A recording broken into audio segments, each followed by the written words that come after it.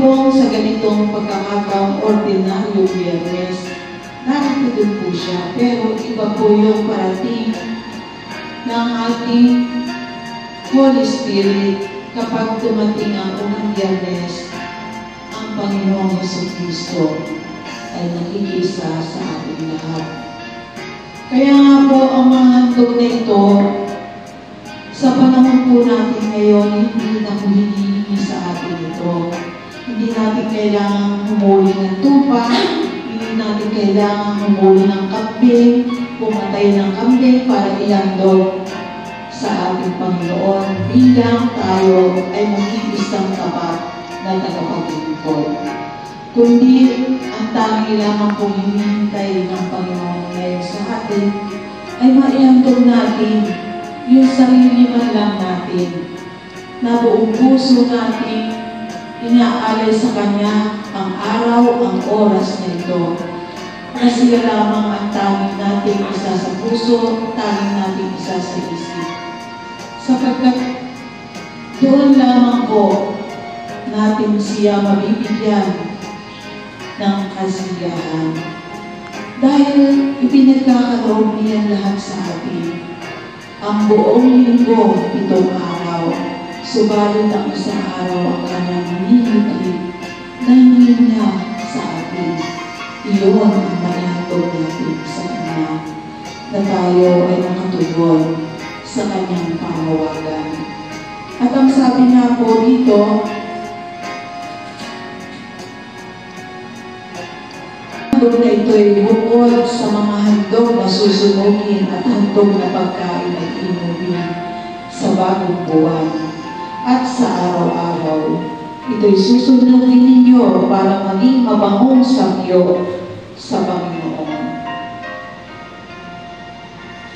Kung po tayo pala ay nakasusunod at nakagaganap sa Kanyang mga gampaning ipinagkaloob sa ating lahat, tayo nakapagdudulot sa Kanya ng isang mabangong halimuyak na Kanyang nararamdaman at naaamoy, na tayo ang may kaloob noon sa Kanya. Wala naman po siyang hinihingi sa atin o katulad ni Holy Spirit, wala siyang hinihingi sa ating mabibigat na bagay o kung ano pa man, kundi sa ating sarili lamang. Ang ating sarili lamang ang maibigay natin maihandog sa Panginoon at maihain niya sa ganitong araw at gampanin natin. Yung po pala ay isang kagalangan na sa Panginoon ng kasiyahan. Dahil ipinagkakaloob niya lahat sa atin. Ang buong linggo, 7 araw, subalit ang isang araw ang Kanyang hinihintay na hingin niya sa atin. Iyon ang maihandog natin sa Kanya, na tayo ay makatugon sa Kanyang panawagan. At ang sabi nga po dito,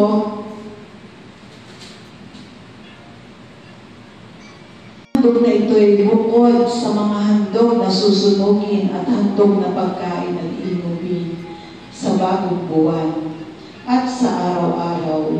Ito'y susunugin ninyo para maging mabangong samyo sa Panginoon. Kung po tayo pala ay nakasusunod at nakagaganap sa Kanyang mga gampaning ipinagkaloob sa ating lahat, tayo nakapagdudulot sa Kanya ng isang mabangong halimuyak na Kanyang nararamdaman at naaamoy, na tayo ang may kaloob noon sa Kanya. Wala naman po siyang hinihingi sa atin o katulad ni Holy Spirit, wala siyang hinihingi sa ating mabibigat na bagay o kung ano pa man, kundi sa ating sarili lamang. Ang ating sarili lamang ang maibigay natin maihandog sa Panginoon at maihain niya sa ganitong araw at gampanin natin. Yung po pala ay isang kagalangan na sa Panginoon. Na magaganap sa buhay natin basta dinais na natin Panginoon. Po? Kaya po, sabi ko nga po sa inyo, huwag kayong mawawala ng pag-asa sa buhay. Dahil po ang nawawala ng pag-asa, hindi magtatagumpay. Hindi po? Hindi po ba? Ang umaayaw daw, hindi nagwawagi. Ang nagwawagi, hindi umaayaw. Yun po yung kami natin panindigan sa buhay. Hindi natin iiwanan si Kristo, hindi natin iiwanan ng Diyos, hindi natin iiwanan ng ating inang makapangyarihan sa lahat dahil sila po ang magbibigay sa atin ng tagumpay at kalakasan.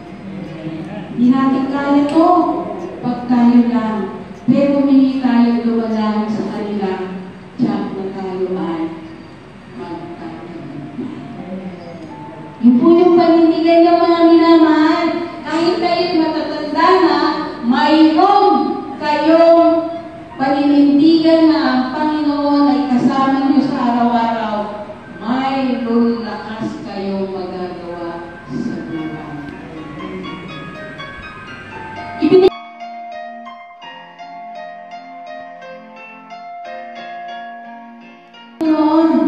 Na sana po, sabi niya, sana ang lahat ng nilikha ng aking Ama ay magkaroon ng sariling paniniwala na sila'y mabubuhay ng malakas at habang panahon basta ako ay isama nila sa kanila.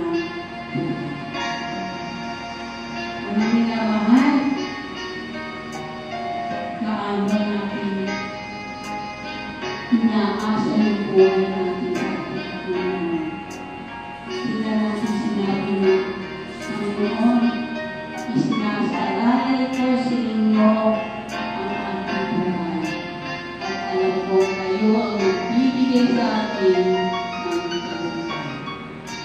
Sabi niyo ba sa Panginoon?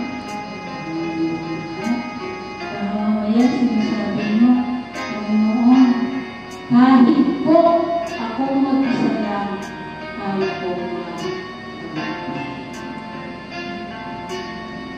Diba? Kita po isipin. Kita po isipin na i-hiwalay natin sa ating buhay ang lumika sa ating lahat. Ito ba sabi? Ang bawang kahilingan ng ako sa luha, hihingin sa langit, dahil ang doon ang buhay. Ang gawain daw natin sa langit ay kakaiba kaysa gawain natin sa lupa. So ngayon ito ang dalawang mga minamahal. Ano ba yung gawain natin dito sa lupa?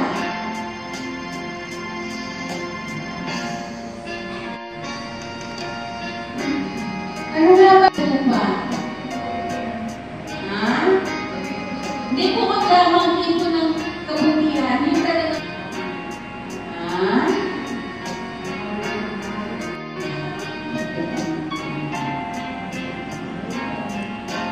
Kaya po kayo mga minamahal, at ito nilalawagan sa inyo. Sana gawin niyo makabuluhan ang buhay niyo habang kayo'y nabuhay. Pakita niyo sa Panginoon kung ano yung dapat yung ipakita. Gawin niyo ang nangarapat gawin para kayo nabuhay ng Diyos. Madali po ang maggunawa ng palimbabaw, pero wala kayong kabuluhan. Gumawa kayo ng